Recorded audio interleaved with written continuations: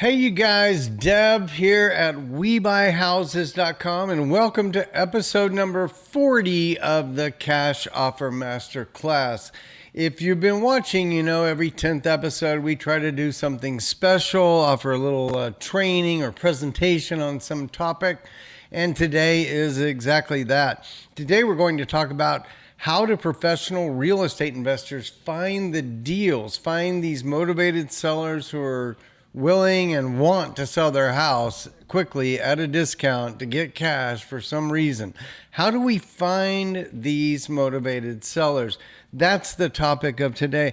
Now, before I get into that, I just want to say if this is the first video you've seen on my channel, this is not what I usually do. What I usually do is this. Let's jump over to the channel. We look at houses every day. We're looking at a house and we're looking at what it's being offered for. We're looking at the photos and we're using the Cash Offer Masterclass model, the Cash Offer Calculator, to determine what we can pay for a house. So that's what we do here at Cash Offer Masterclass.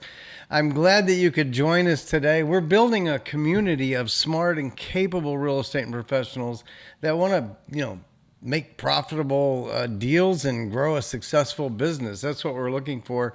You can find us at Cash Offer Masterclass, and you can search on Google or YouTube for Cash Offer Masterclass, and you'll go right to our content. So that's who we are. If today is your first time, this is not, most of the days we're looking at houses, and we're looking at photos, and we're looking at the repairs, and we're kind of figuring out what we can make as a cash offer to purchase residential real estate. That's what we're doing most days here on the channel. Now, today we're going to talk about how do professionals find deals. And I think the first part is to understand if you're trying to shoot a target, you need to understand what is that target? What does the target look like that I'm looking for?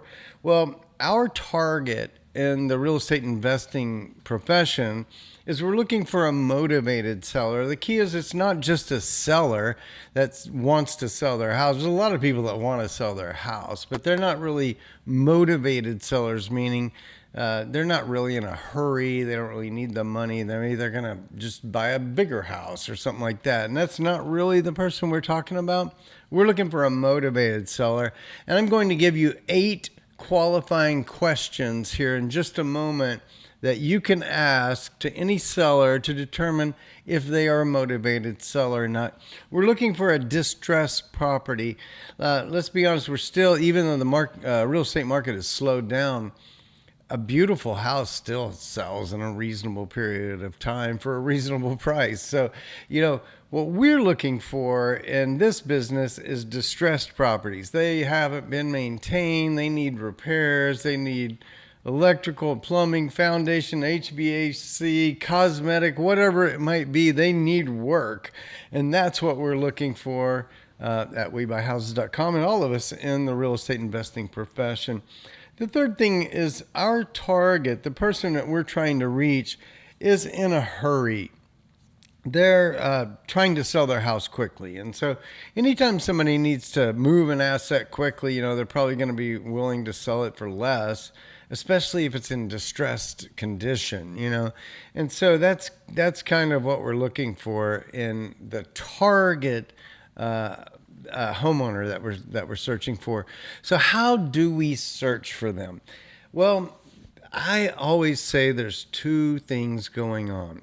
They are looking for us and we are looking for them.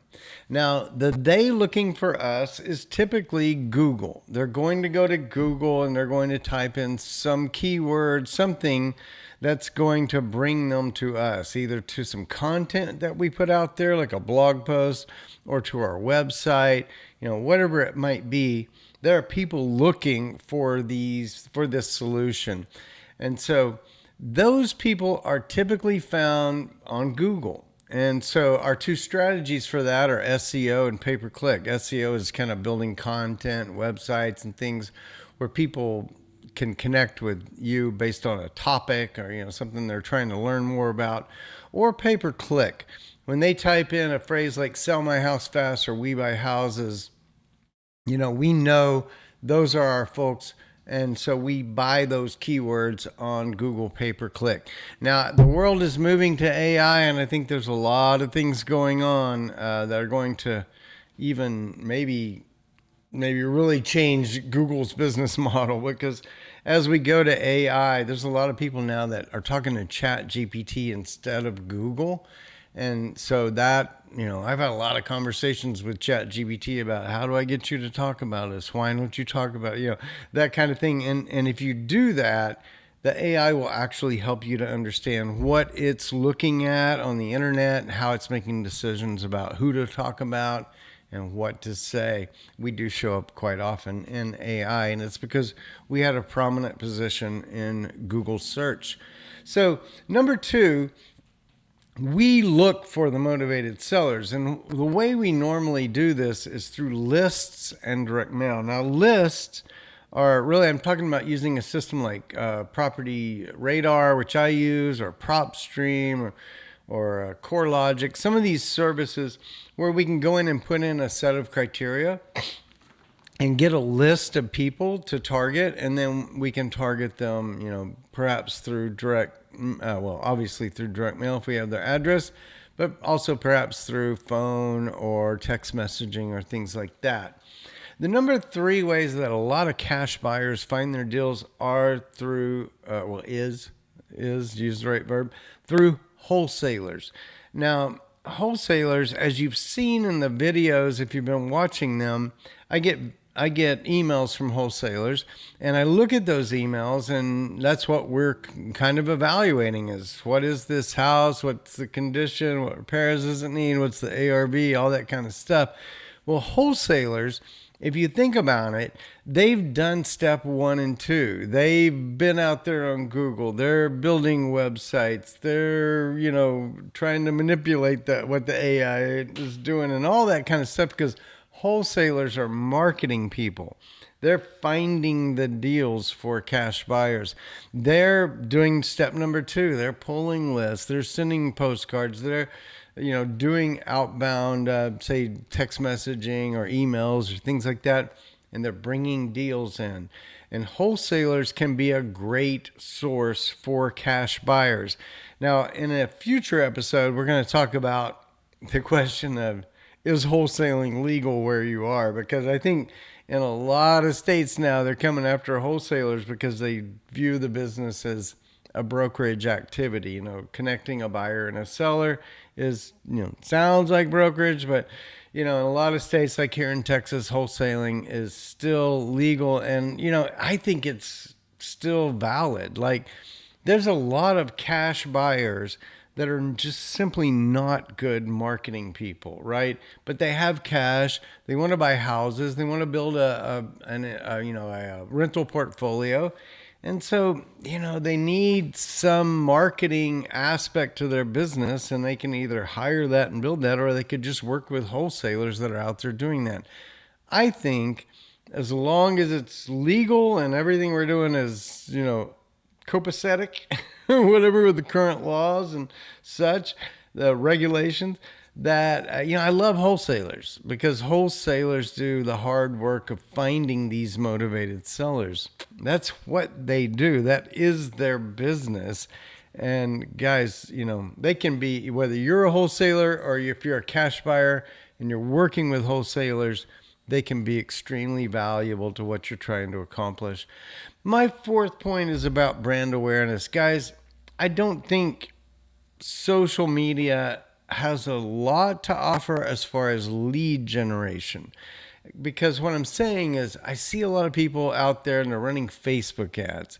And those Facebook ads are very untargeted, and they might say, need to sell your house, we'll give you cash, blah, blah, blah. But they're not talking about, the motivating factors like you're in a hurry, fast cash as is. I'll talk about that in just a second. But my point is, regardless of what you're doing on social media, whether you've got a good message out there or a weak message, I just think social media has one benefit for us, and that's brand awareness. It's just to get a logo out there in a stream that people will see. If you're thinking that you're going to get leads from social media like Facebook Facebook's probably the best, but Instagram, okay. TikTok, horrible. Most of these social media things are not designed to engage people into what you have to offer. They're just not. They're really designed for quick, what do they call it? Endorphin hits or whatever. It's just they just want these quick hits of some kind of entertainment or whatever. And they're not going to engage with your brand usually on social media. So Facebook is the best, but they all are not lead generation platforms. I just want you to understand that. Don't put your money in social media. Put your money in Google and put your money in SEO that the AI can find.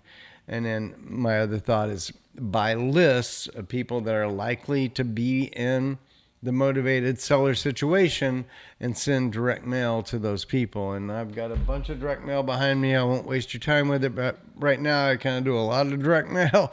And basically my thoughts are you're offering a very specific solution to a very specific group of home sellers, and you need to get rid of the people that aren't the right people for your target. Here's the secrets. There are 3 pillars to motivated seller marketing. It's fast, cash, and as is.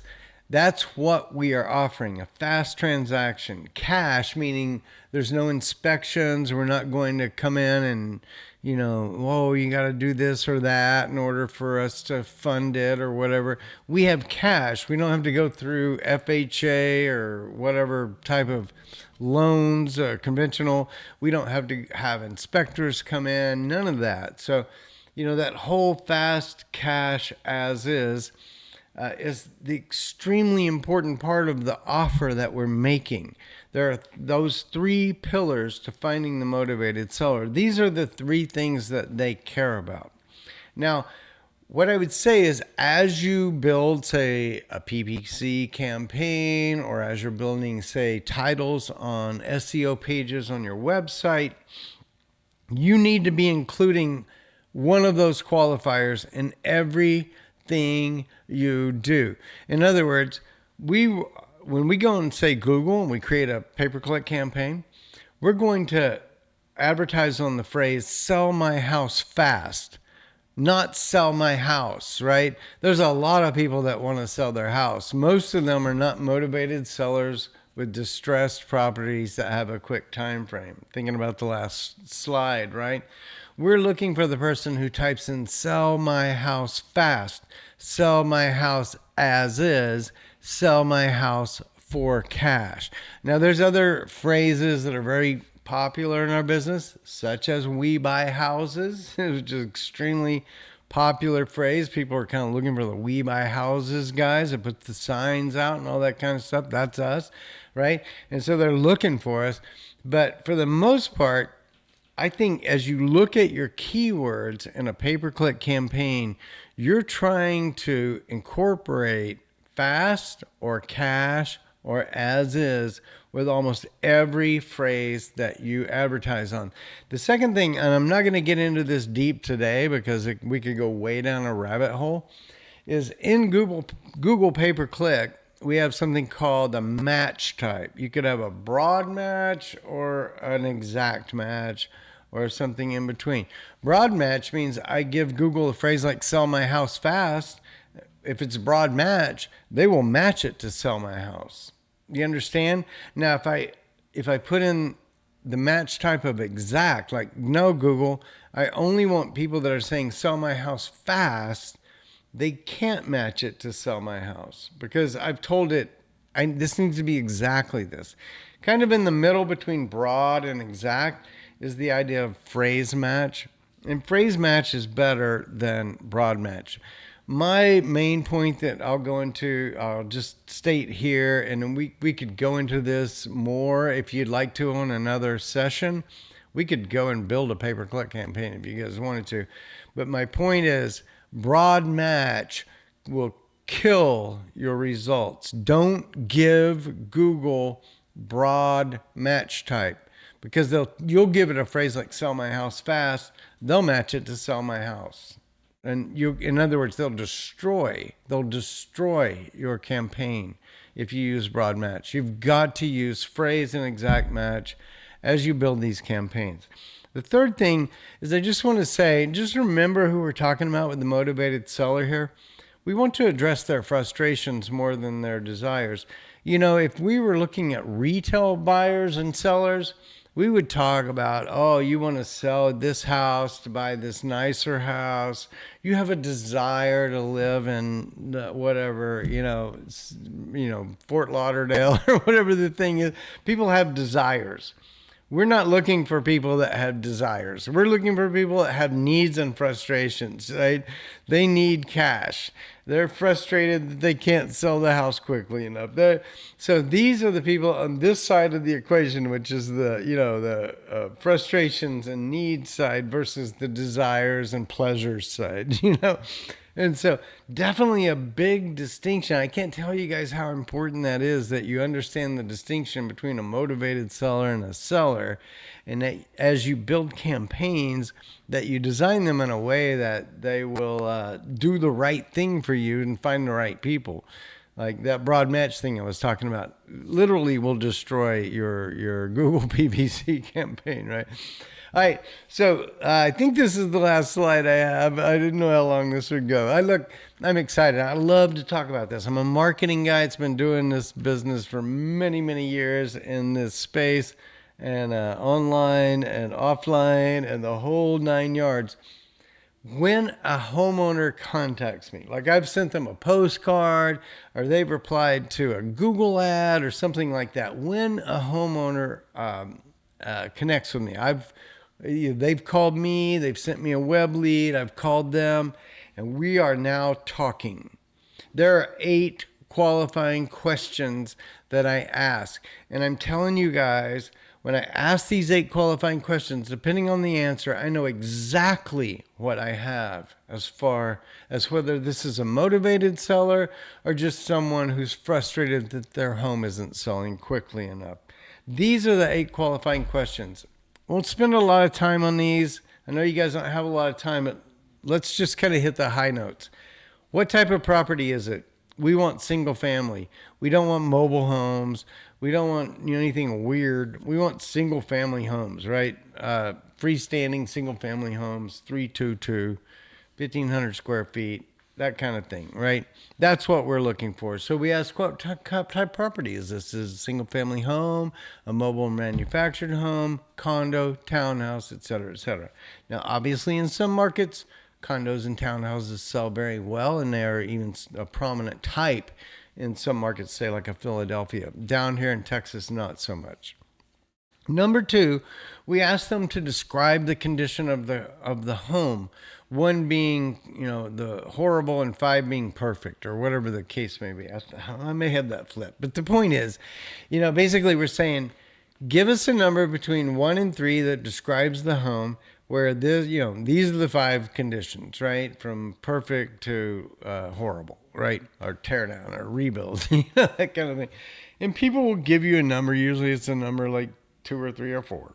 They're going to be somewhere in the middle, but you can kind of get a sense of where they're at. Like people that think their house is in excellent condition, they are not our target. Not our target. So if you say 1 is excellent, 5 is horrible, and they say 1, they are not your target. You are not going to buy that house at a discount. That is not a motivated seller. Okay, question number 3. What is your time frame to sell? People that are thinking about selling, might sell year, 2, 6 months. Those are not what you're looking for, right? You're looking for someone that says, man, I'd like to sell this house as quickly as possible. 30 days, 60 days, 90 days, whatever. They'll stay, 1 to 3 months, something like that. They're in a hurry to sell the property. Number 4, is the property occupied? This question kind of gets at, is this like an absentee owned home, like a one that you've been renting, or did you inherit it? Did you inherit it? How did you, what's going on in the house right now as far as occupancy? Vacant is always good. If it's currently occupied, no big deal, but is it occupied by the homeowner? Is it occupied by a renter? Find out that situation, because that's going to tell you something about the ultimate disposition that's possible with this property.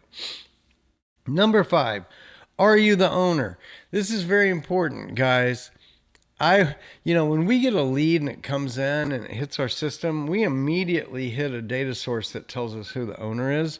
And we can see within a moment if the person that has filled out the form, give us their name, John Smith, is the person that owns the house, Sally Jones. And it's like, John Smith, Sally Jones. Something's not quite matching up here. Are you the owner is a very important question, because sometimes you'll have wholesalers call you and they sound very much like the homeowner, but they're not the homeowner. And, so there's all kinds of, or sometimes you'll have the realtor call, and the realtor's just trying to move a house for somebody that's got it listed. Number 6, how much do you hope to get? Important question. Sometimes people might say, I don't know, but most of the times they do have a number, kind of what they're hoping to get. I often think that there's a what I call the first number, which I just say, how much do you hope to get? And they say 300,000. And if I could give you cash tomorrow, if I could give you, what would I have to give you to move? Like they'll have a number that's kind of below that. So you can ask some questions about that. But I think basically the idea is, how much do you hope to get for this property? And because if they're way higher than retail or even right at retail, this is not a deal. This is not what you're looking for. It's not a motivated seller. Number 7, is it listed? This is a very important question today. I'll be honest, we can tell this when a lead comes in and we hit our data source and we pull that information. We know immediately if it's listed. But I like to ask the question, because often I'll find out what they'll say is, look, yeah, it's listed. It hasn't sold for 4 months. We're really getting frustrated. We've dropped the price 3 times, et cetera, et cetera, et cetera. What they're describing is a listed property that is even now still listed for too much, because no retail buyer is writing a contract on it. And listed, people that are listed that have gotten frustrated and they're reaching out to cash buyers, they are really just screwing up our funnel, because they are never going to come to our price. They're over retail. They want more than the retail market will pay them for the house. So if it's listed and they haven't sold it and they're coming out to us, no. These are not the people we're looking for. We always ask, and I like to ask it kind of at the end instead of at the beginning. Look, you can put these questions in any order you want. Doesn't matter to me. But why are you selling? And they'll often say, I inherited this house, or it was a rental that the family trashed it. Now I can't use it anymore. So I start to realize, oh, I see, you're needing to sell it because, you don't live in there. It was an investment property or inherited property. You don't want it anymore. It's in bad shape now. I could come in there and fix it. If I say, why are you selling? And they say, because I'd like a bigger house, or I would like a nicer house, or I would like to live on a lake, or whatever their, explanation may be. Those are not the people that we're looking for. Those are not motivated sellers. So these 8 questions, if you guys would just ask these 8 questions, you could ask them to any homeowner that you found through any method that we talked about in the prior slides. These are the things that will get you to the point of realizing you either have a motivated seller on the line or you don't. And if you don't, you should let them go, or help them find, get their property listed, or help them find a different agent, or if you want to mess with that side. But we're not looking for those. We're looking for the people that are actually looking to sell fast for cash and as is condition, right?